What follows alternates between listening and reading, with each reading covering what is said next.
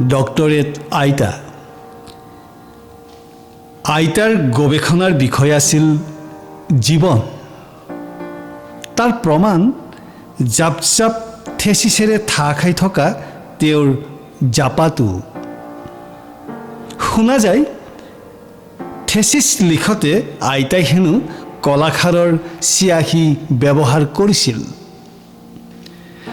আইতাৰ আওপুৰণি জাপাটো আজি গৱেষকৰ হাতত। তেওঁলোকে তাক যতনেৰে খুলিছে, তন্ন তন্নকৈ পৰীক্ষা কৰিছে, নতুন নতুন থেচিছ বনাইছে, ডক্টৰেট পাইছে।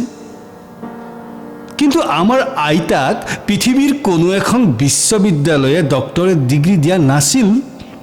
কি অক্সফোৰ্ড, কি হাৰ্ভাৰ্ড, কি দিল্লী। পলমকৈ বুজিছোঁ আমাৰ আইতা গৱেষণাৰ পাতনিৰো পাতনি আছিল। পুনঃ আইতাৰ গৱেষণাৰ বিষয় আছিল জীৱন। তাৰ প্ৰমাণ জাপ জাপ থেচিছেৰে ঠাহ খাই থকা তেওঁৰ জাপাটো। শুনা যায় থেচিছ লিখোঁতে আইতাই হেনো কলাখাৰৰ চিয়াহী ব্যৱহাৰ কৰিছিল।